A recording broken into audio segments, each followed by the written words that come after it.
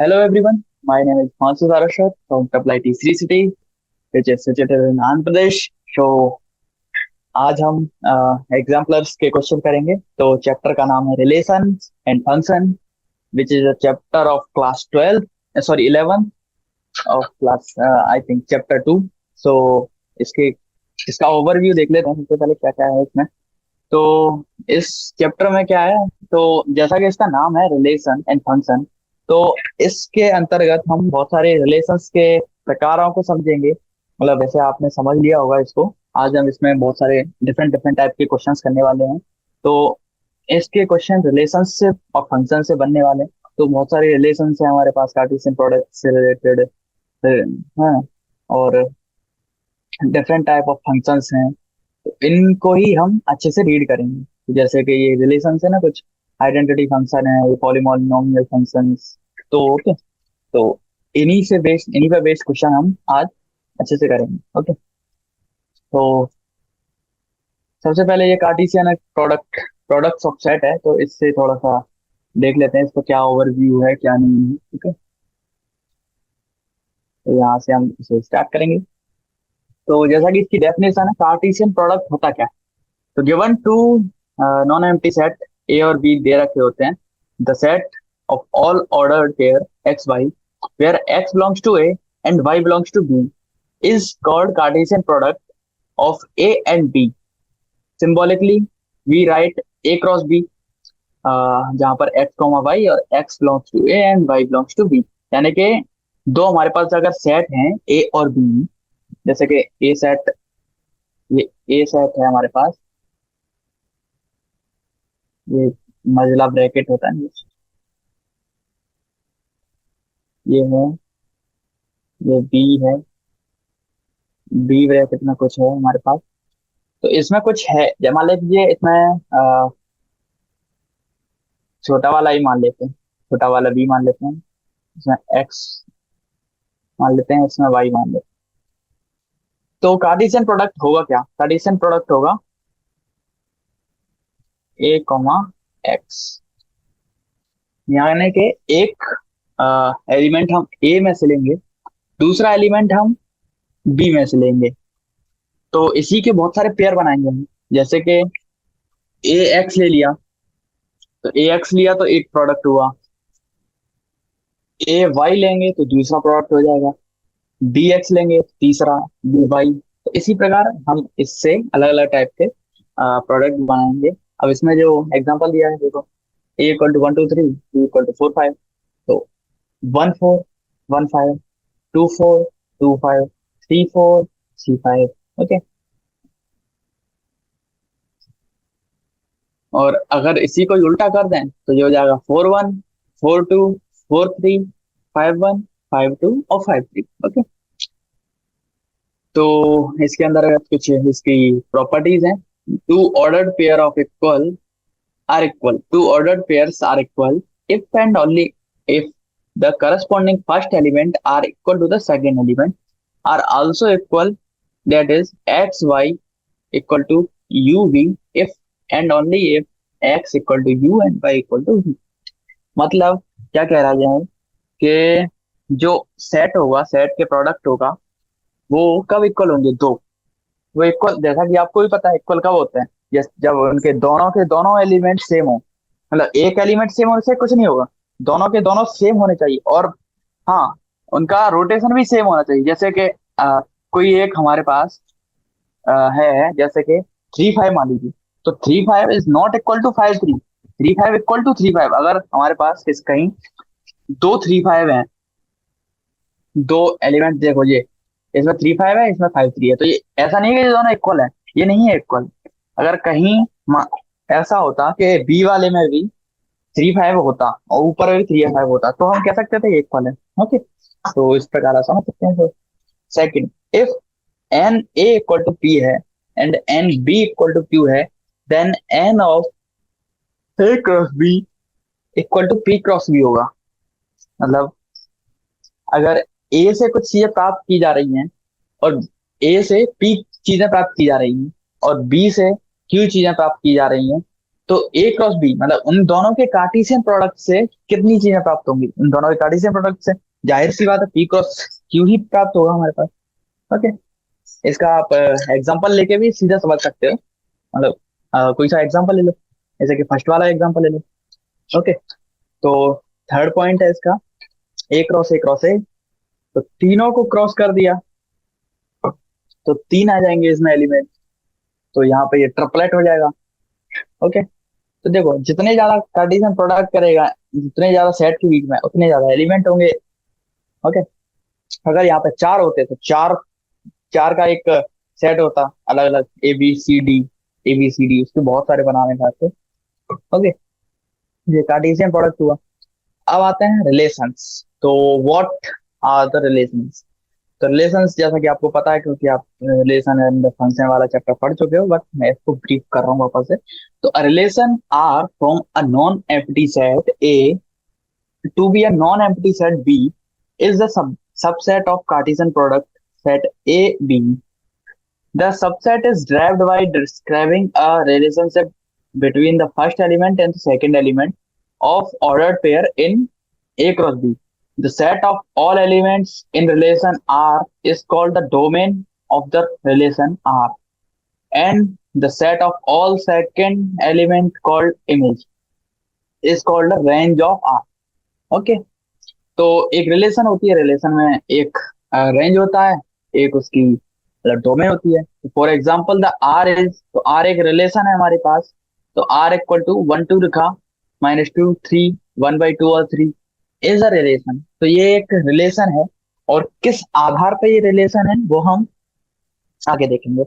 तो is a relation domain of, तो इसकी डोमेन हमारे पास दी गई है, दो अलग अलग डोमेन है, 1 -2 1 3 और आर इक्वल टू 2 3। तो हमें दोनों को समेटा है। दोनों को कैसे समेटा है कि पहले वाले में 1 2 ले लिया,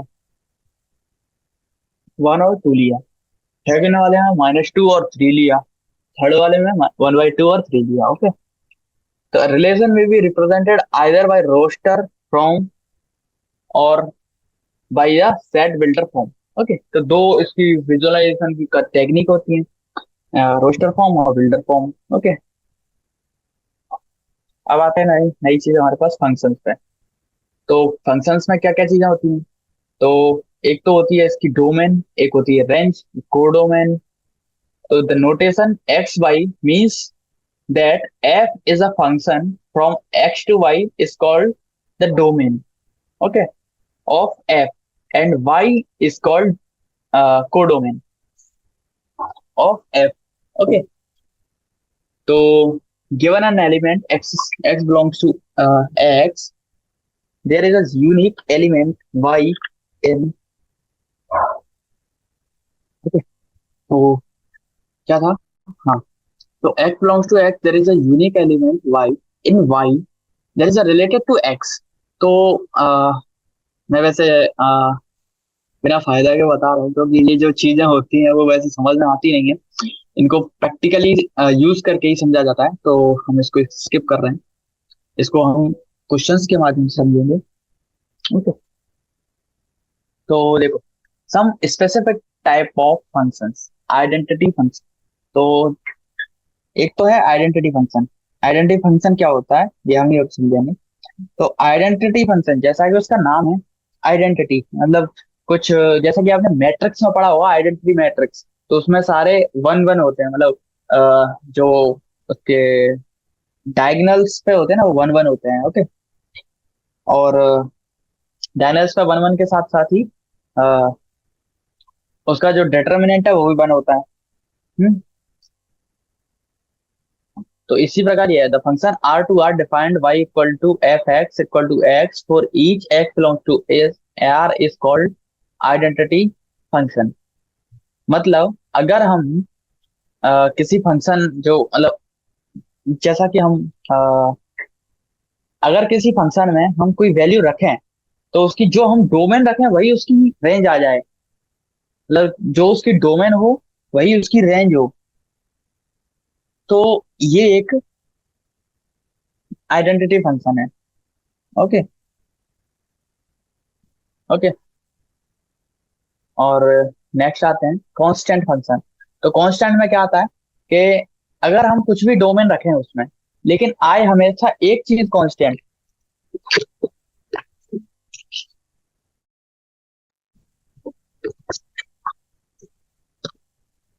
सॉरी गाइस, सम डिस्टरबेंस।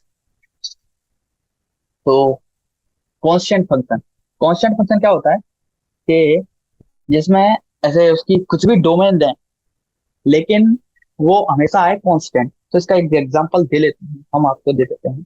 एक इसका एग्जांपल क्या हो सकता है? इसका एग्जांपल होगा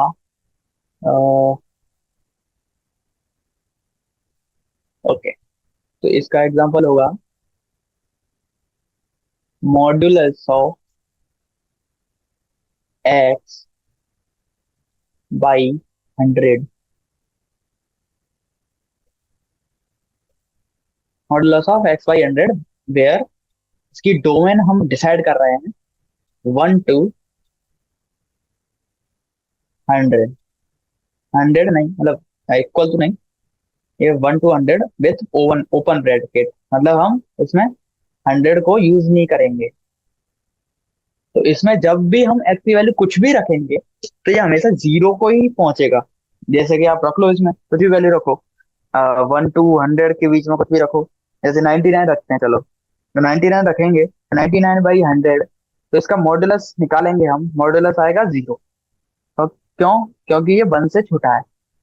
ओके, तो ये कांस्टेंट फंक्शन हो गया।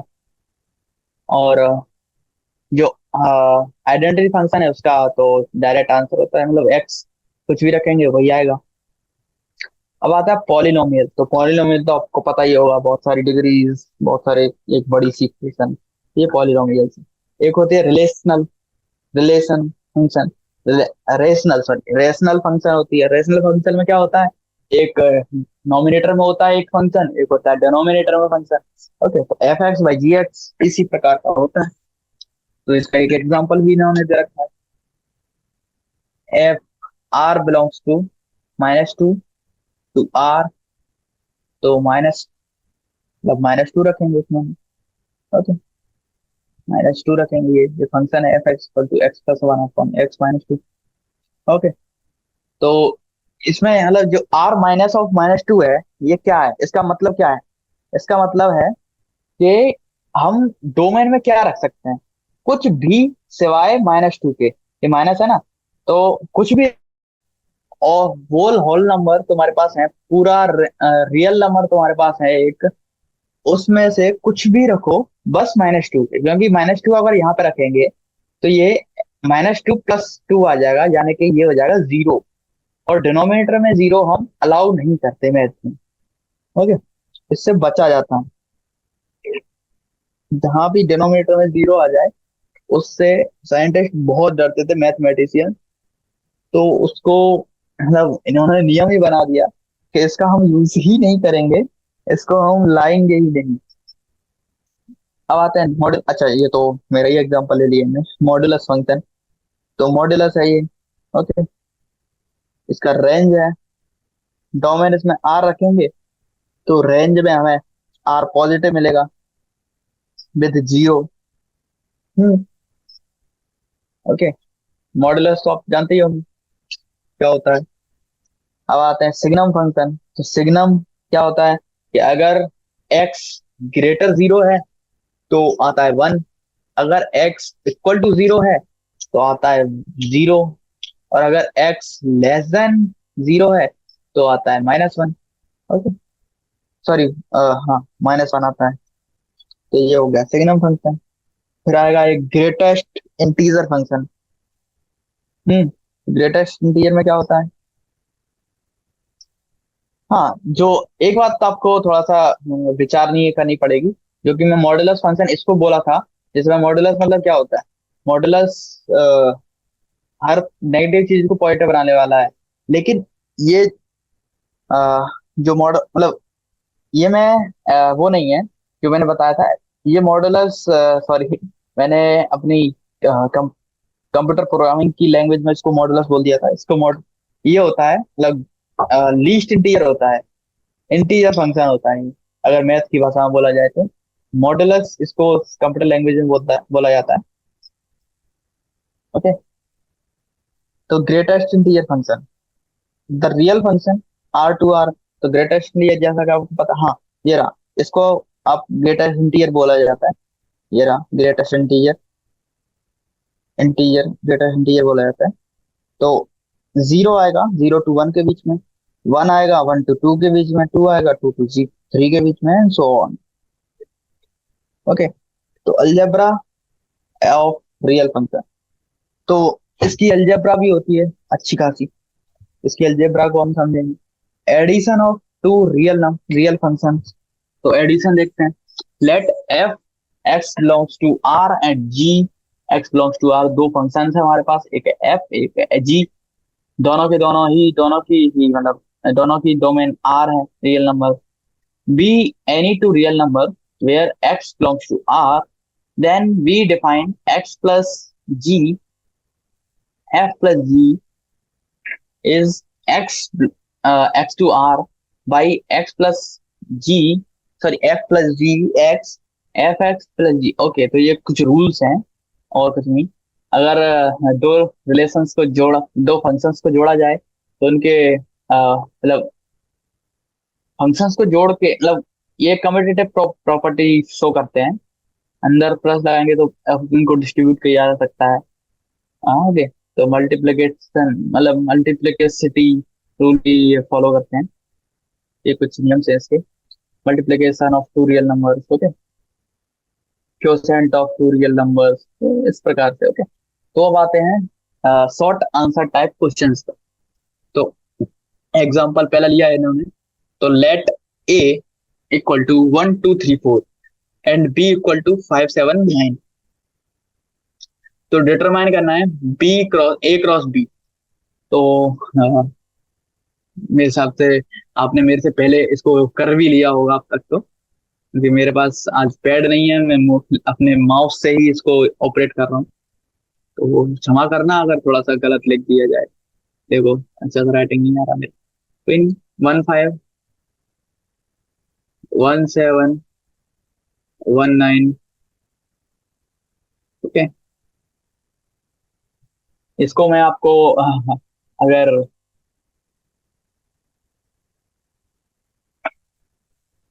ओके, ये 15, ओके, तो ऐसा ही 2 आएगा सारे में, 2 आएगा, फिर 2 के साथ 3 आएगा, 3 के साथ 4 आएगा।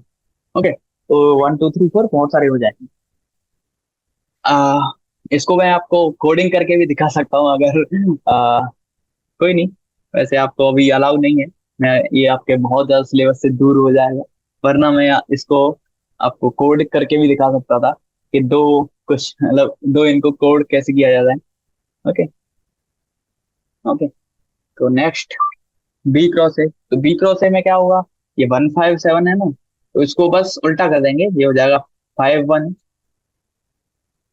5 2 5 3 5 4, और इधर 7 1 7 2 7 3 7 4 9 1 9 2 9 3 9 4। ओके, तो इसका कोड जो है मतलब कंप्यूटर लैंग्वेज है वो बहुत ज्यादा अच्छा है, ऑसम ऑसम कोड है ये।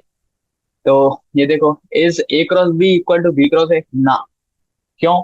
क्योंकि किसी भी दो को हम इक्वल कब कहेंगे, जब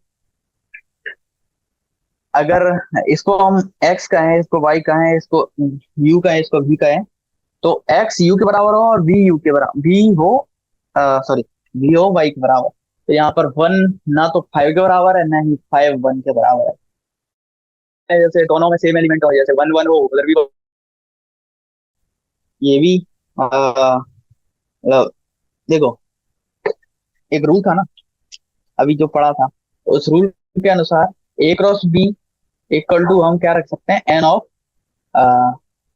ए into A of B. Okay, तो 4 × 3 इक्वल टू 12, और बी ये करेंगे। अब देखो, ये जो ए है ना, ये क्या है, ये है इसकी लेंथ।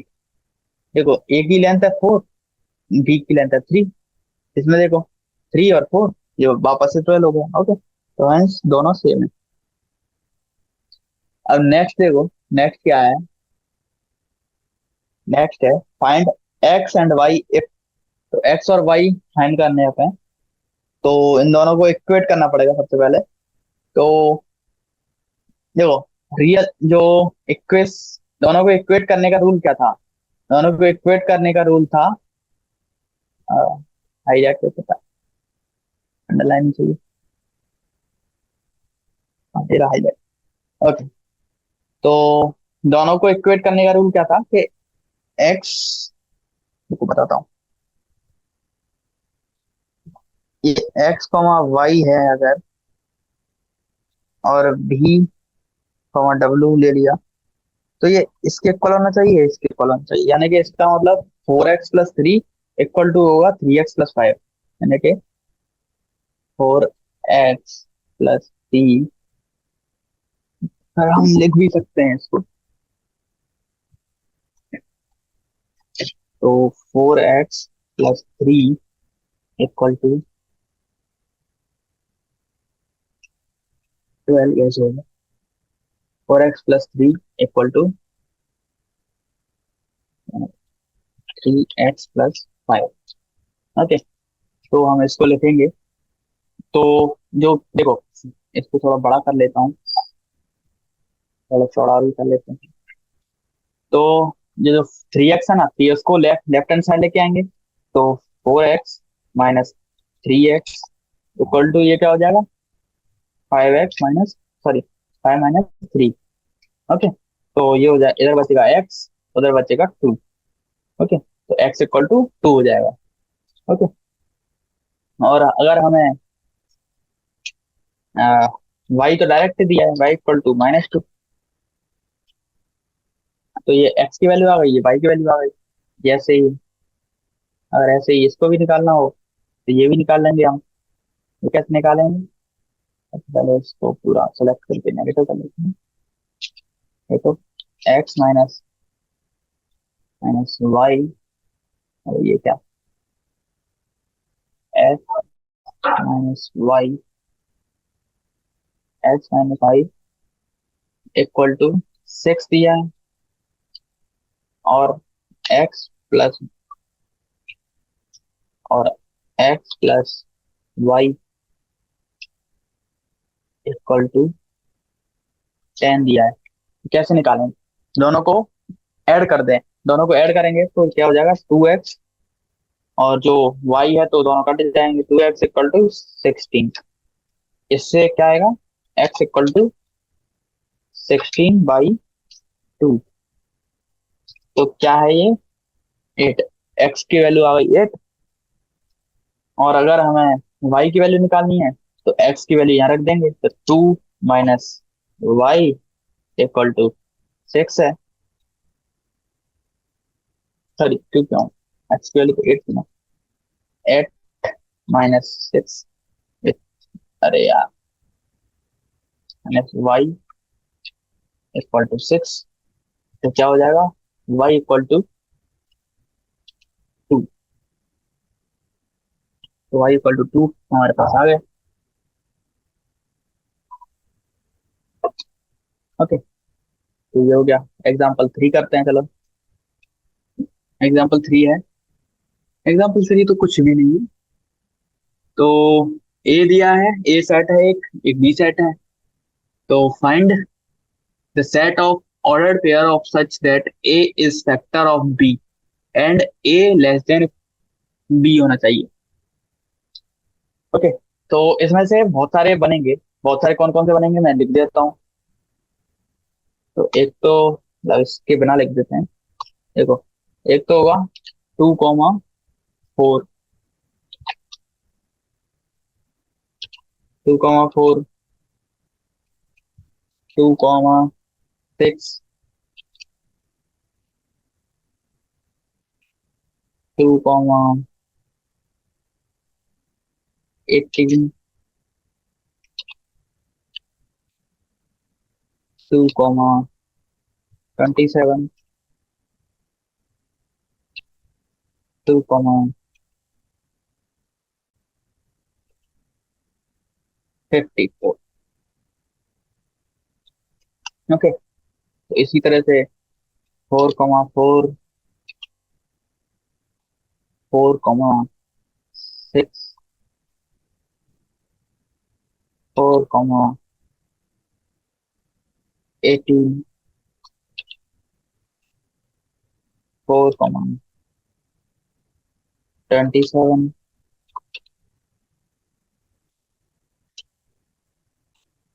4,54। ओके, इसी प्रकार अगले भी होंगे 6,9, 6,8। ओके, तो इसको मैं कॉपी करके, तो हर जगह यहाँ पर 4 की वैल्यू चेंज करते जाएंगे। तो यहाँ पे 6 कर देंगे।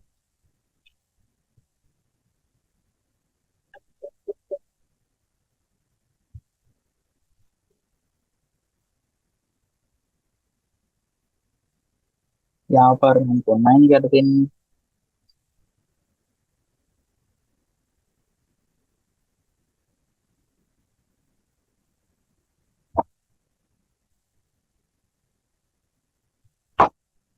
तो ये हो गया ना।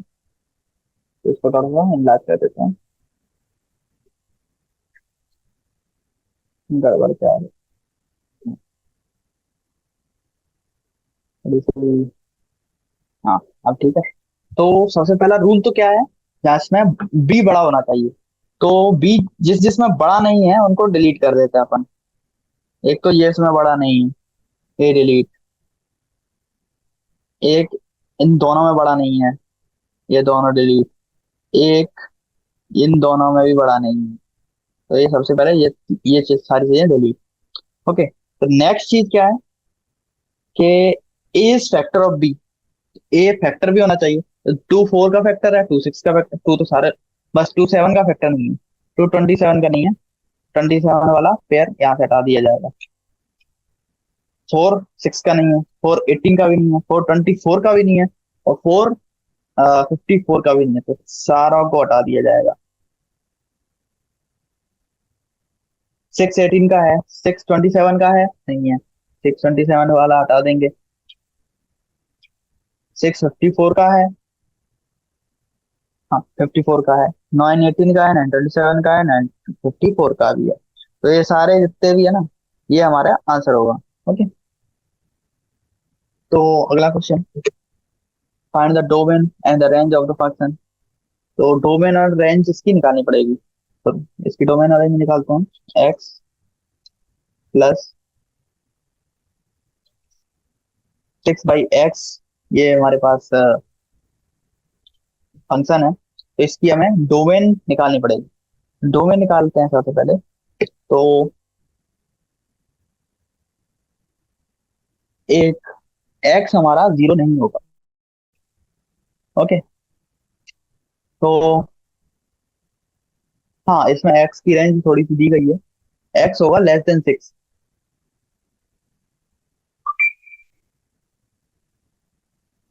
तो <6 को ये रख ही रहे हैं खुद लोग, तो <6 में भी इसमें थोड़ा सा और करना पड़ेगा। when x = 1 and y = 7 belongs to n, so 1, n belongs to r, again x = 2, मतलब अलग अलग रखते जाएंगे। x की वैल्यू 2 रखेंगे तो क्या आएगा, x की वैल्यू 1 रखेंगे तो क्या आएगा, ये सारी चीजें रखते जाएंगे। ओके, 3 बाय, उसके बाद x की वैल्यू 4 रखेंगे। ओके,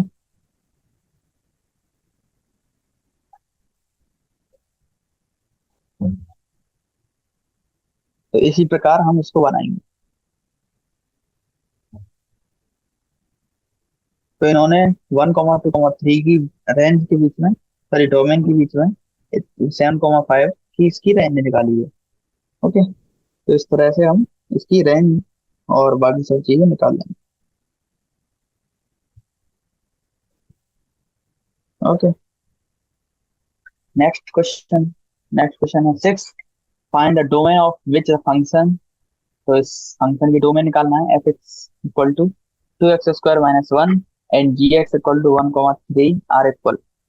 ओके, तो दोनों फंक्शन अगर इक्वल हैं तो इनकी हमको अ, निकालना पड़ेगी। तो इसमें हम लिखते हैं ठीक है।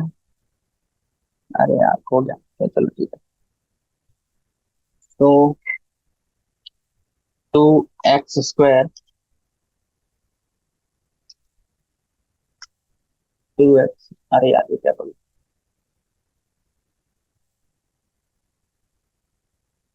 2x² -1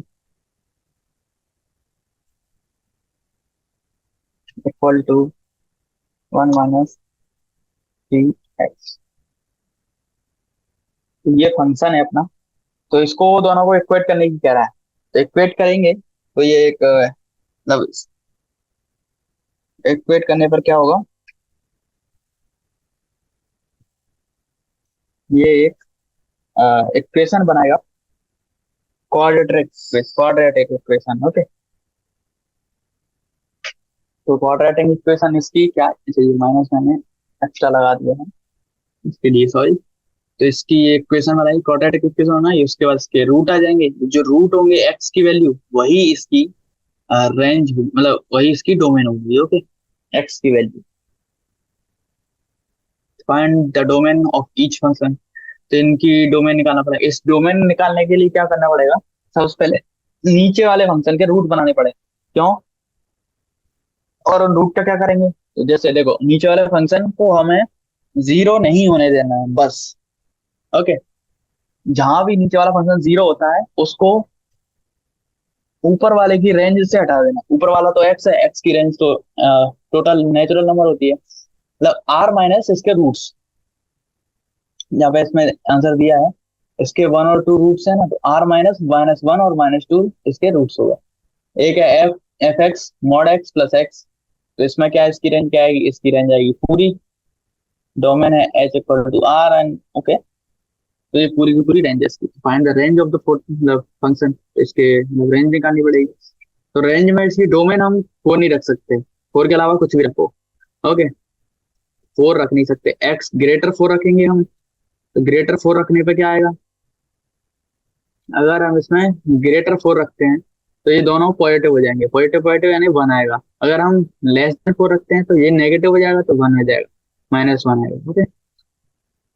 इसमें देखो, इसमें हमको इसको नेगेटिव नहीं होने देना है, अंदर वाली चीज को, यानी कि एक्स की वैल्यू, एक्स² की जो वैल्यू होगी वो 16 से लेस होगी।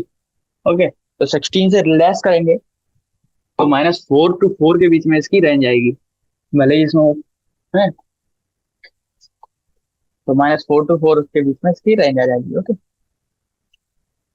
इसी प्रकार ये एग्जाम्पल 9th है। एग्जाम्पल 10th भी सेम इसी प्रकार का है। ओके। अब आते हैं ऑब्जेक्टिव टाइप क्वेश्चन पे। ऑब्जेक्टिव में एग्जाम्पल 11 करें। एग्जाम्पल देखते हैं इसमें टोटल कितने क्वेश्चन टोटल है। हाँ, तो बहुत सारे question, 42 question, so many questions guys। चलो ऑब्जेक्टिव टाइप क्वेश्चन करता है। तो एग्जांपल इसमें है first, the domain of function F defined by F x equal to, मतलब इसकी, एक minute. Okay okay okay okay okay, short type. Okay. दो the domain of function F defined by X F X. तो इसकी domain हमें निकालनी पड़ेगी। तो डोमेन क्या है इसकी, एफ ऑफ मतलब F x of 1/√x - mod x। तो इसकी डोमेन क्या आएगी, तो देखो मॉड एक्स जो है मतलब एक बात क्या है, एक बात है कि हमको इसको मतलब ओवरऑल नेगेटिव नहीं होने देना है। तो ओवरऑल नेगेटिव मतलब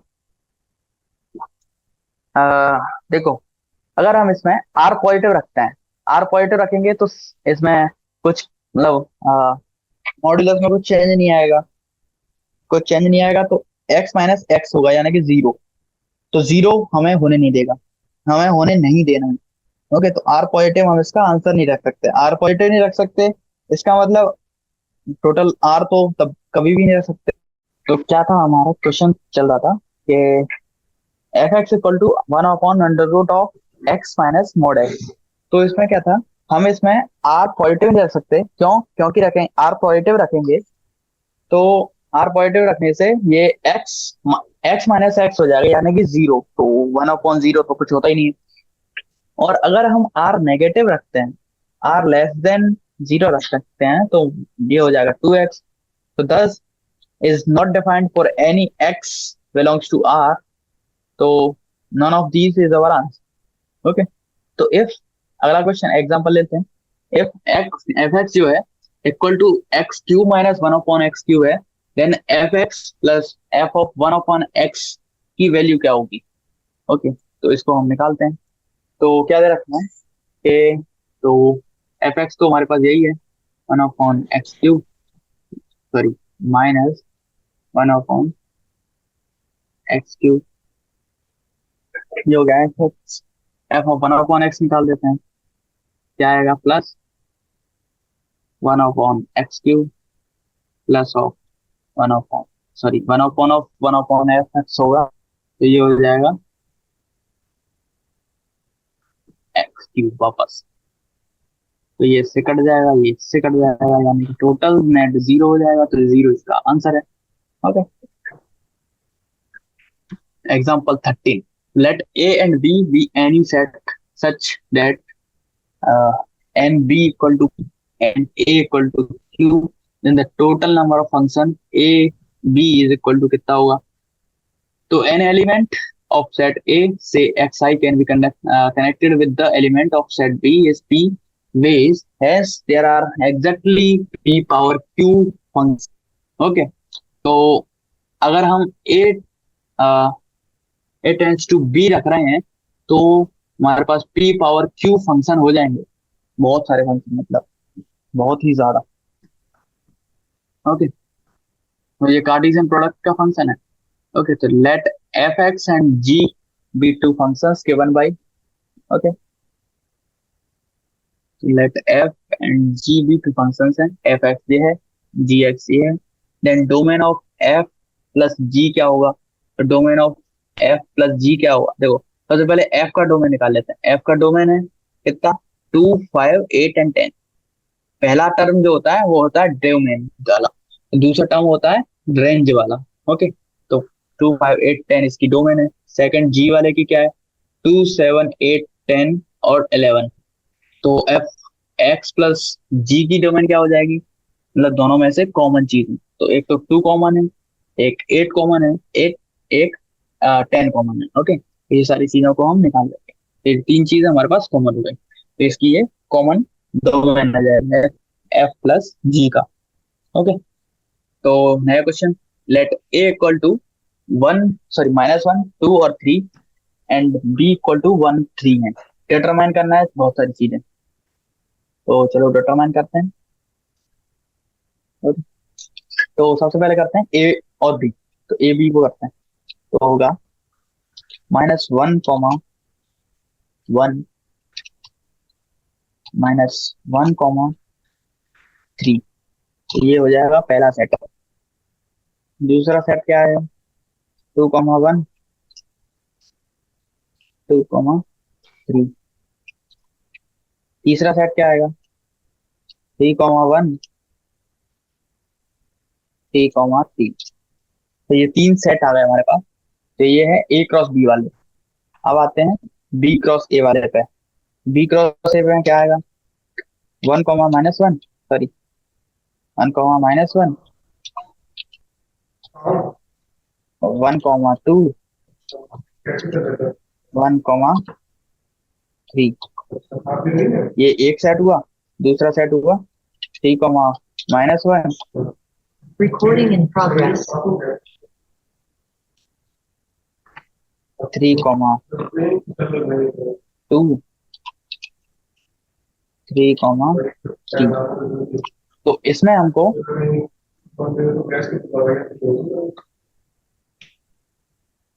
हमको केवल दो ही सेट मिले। ओके, तो ये एक मैट्रिक्स की तरह है, मैट्रिक्स को इसमें घुमा दिया है। ये ऐसा था, इसके ट्रांसवर्स ले लिया है, तो ये इधर आ गया। ओके, लेकिन दोनों सेम नहीं हुए। अब इसमें बी टू बी करेंगे, तो क्या आएगा? 1, 1, 1,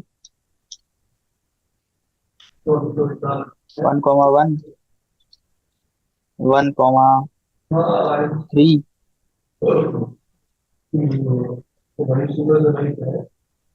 और फिर से 3,1 और 3,3। तो ये हो जाएगा 1/1 से, अरे b, की तो इसी प्रकार से हम a, को भी निकाल लेंगे। ओके, तो एक क्रॉस एक में कितने आ जाएंगे, देखो इसमें थे 6 एलिमेंट, इसमें भी 6 एलिमेंट, इसमें 2 एलिमेंट, और इसमें 4 एलिमेंट, और एक क्रॉस ए में आएंगे 9 एलिमेंट, क्योंकि -1, -1, -1, -1, 2, -1, 3, और 2, -1, 2, 2, 2, 3, 3, -1, 3, 2, 3, 3। ओके, ये 9 एलिमेंट इसमें आए। ओके, तो ये हो गया शॉर्ट आंसर टाइप का पहला क्वेश्चन। ओके, तो बाकी क्वेश्चंस हमारे पास कितने बचे, अगला क्वेश्चन देख लेते हैं। If p equal to x, x less than 3 है। ओके, तो ये इसकी डोमेन दे रखी है, x बिलोंग टू n है, और q है, q में x, x less than equal to 2 है। ओके, तो हमारे पास p क्या डिफाइन करेगा, p हमारे पास होगा 1 to ∞ तक। क्यों? क्योंकि ये एक नेचुरल नंबर है p। और क्या होगा, q देख लेते हैं। q होगा 0, 1, 2, 3, और उसके बाद बहुत सारे नंबर। इसको भी थोड़ा सा अंदाज कर लेते हैं, 20। तो ये है, तो पहला वाले में क्या है, पी के पास, सॉरी पी ये नहीं है, ये मैंने नेचुरल नंबर दिया है। तो पी के पास क्या है, पी के पास <3 है ना, तो यहाँ से इसके पास दो ही एलिमेंट होंगे। क्यू के पास कितना है, क्यू के पास 3 एलिमेंट होंगे। ओके, तो ये पी के पास 2, और क्यू के पास ये। और अब क्या निकालना पड़ेगा, पी यूनियन क्यू, यूनियन करेंगे तो कॉमन कॉमन ले लेंगे, तो क्या आ जाएगा, यूनियन। तो यूनियन क्या आएगा, अबे, हाँ, यूनियन क्या आएगा, 0, 1, 2। तो ये यूनियन है। इंटरसेक्शन क्या आएगा, इंटरसेक्शन का साइन क्या होगा, कोई सही नहीं है मेरे पास, चलो इंट कर देते हैं। इंटरसेक्शन क्या आएगा, इंटरसेक्शन आएगा 0, सॉरी 1 और 2। तो ये हो गई, इन दोनों को क्रॉस प्रोडक्ट लेना है, तो क्रॉस प्रोडक्ट में क्या आएगा, 0, 1, 0, 2, 1, 1, 1, 2, 2, 1, 2, 2। ओके, तो ये हो जाएगा थर्ड क्वेश्चन हमारा। ओके, इसी के साथ आज का लेक्चर खत्म करते हैं, क्योंकि हमने सेकंड क्वेश्चन तक कर लिया है। तो इससे बचे हुए क्वेश्चंस हम अपने नेक्स्ट लेक्चर में देखेंगे, जो हमें 40 क्वेश्चन करने पड़ेंगे उसमें। ओके, तो तब तक के लिए गुड बाय। आप अच्छे से प्रैक्टिस करते रहिए, और अपने लक्ष्य को, अपने गंतव्य को प्राप्त करें, ये मेरी आशा है। Okay, then good bye, see you, जय सिया राम।